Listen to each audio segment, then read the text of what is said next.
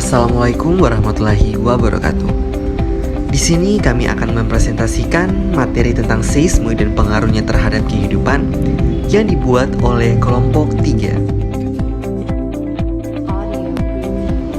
Oh iya, sebelum memasuki materi ini, semua yang menonton agar kiranya dapat mengamati dan memahami materi yang akan kami jelaskan ya. Langsung saja yang pertama, pengertian gempa bumi.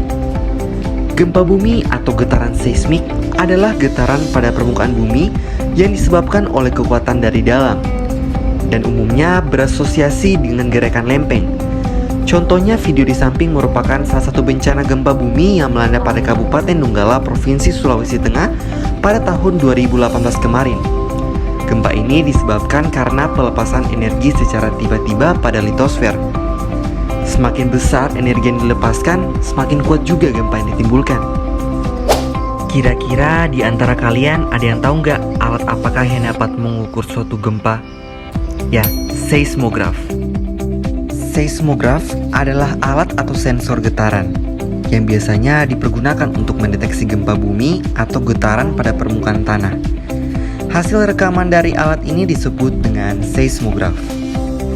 Gempa bumi juga berdasarkan faktor penyebabnya terjadi dapat dibedakan menjadi 5 jenis, yaitu yang pertama,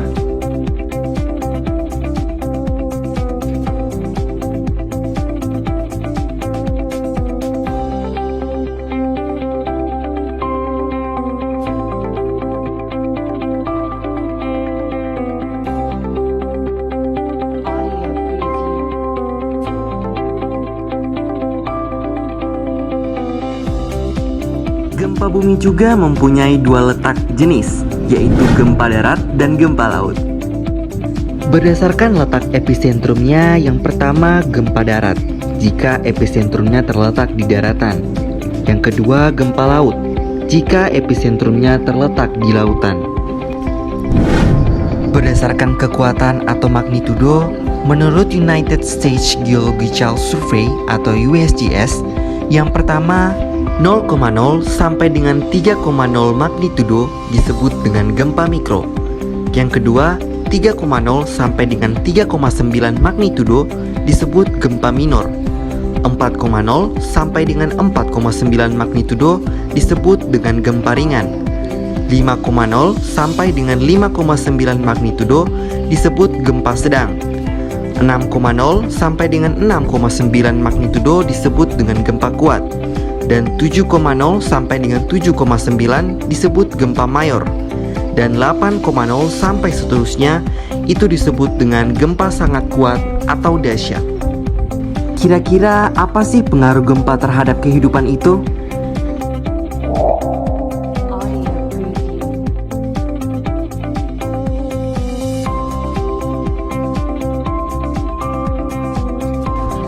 Dahsyatnya dampak yang diakibatkan oleh gempa mengakibatkan kejadian. Gempa digolongkan sebagai salah satu bencana yang harus kita waspadai, yang menyebabkan yang namanya tsunami. Ya, gempa menjadi salah satu faktor pemicu terjadinya yang namanya tsunami. Akan tetapi, tidak semua gempa menyebabkan tsunami. Kata tsunami berasal dari kata Jepang yang artinya ombak pelabuhan. Karena pada mulanya ombak ini menghantam pelabuhan atau garis pantai. Kecepatan tsunami tergantung pada kedalaman laut. Di dalam laut, kecepatannya mampu mencapai 1000 km per jam, sedangkan ketinggiannya hanya sekitar 30 cm.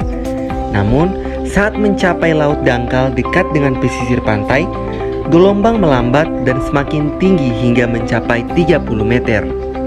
Berdasarkan waktu terjadinya setelah gempa, tsunami dapat dikelompokkan menjadi 3 jenis.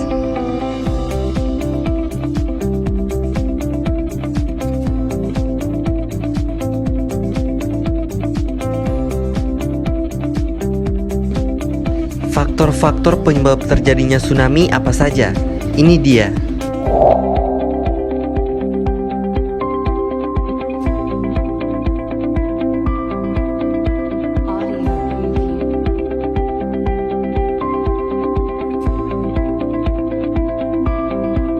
Bagaimana proses terjadinya tsunami? Ini dia ilustrasinya.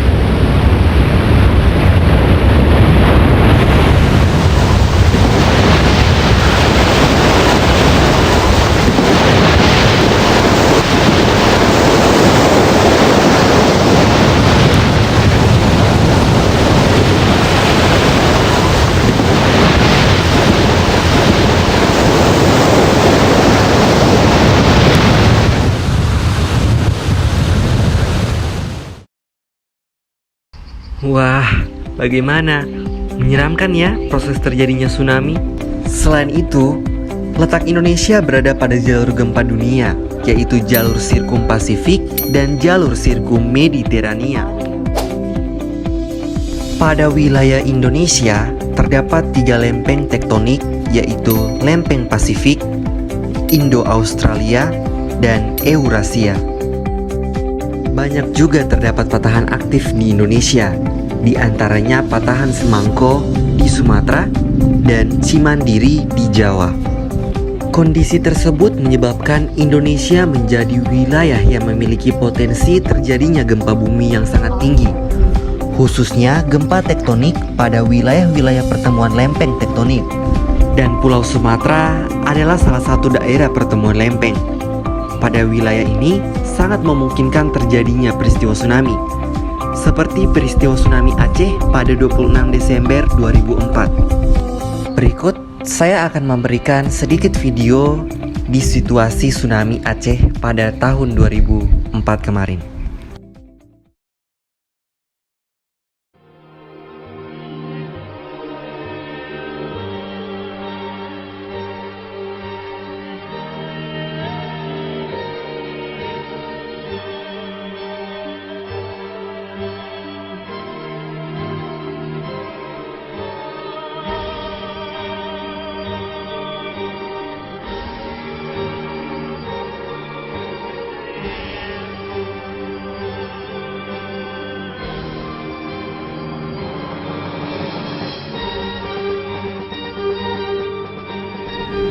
Bencana ini termasuk bencana internasional terdahsyat keempat semenjak tahun 1990.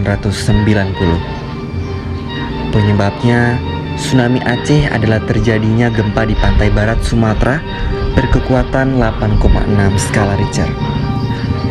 Gempa terjadi akibat penurunan lempeng, panjangnya sekitar 120 km dan turun sejauh 15 km. Kondisi ini menyebabkan kecepatan tsunami hingga 800 km per jam. Dan peristiwa ini memakan korban meninggal sebanyak 230.000 jiwa.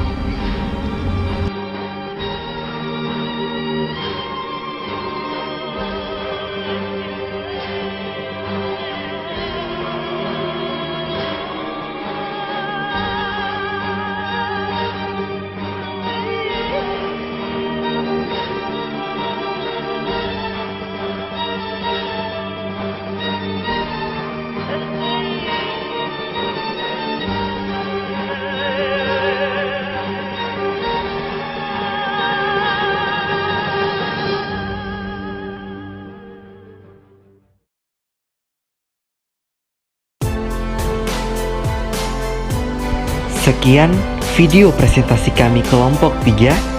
Kami ucapkan terima kasih dan sampai jumpa.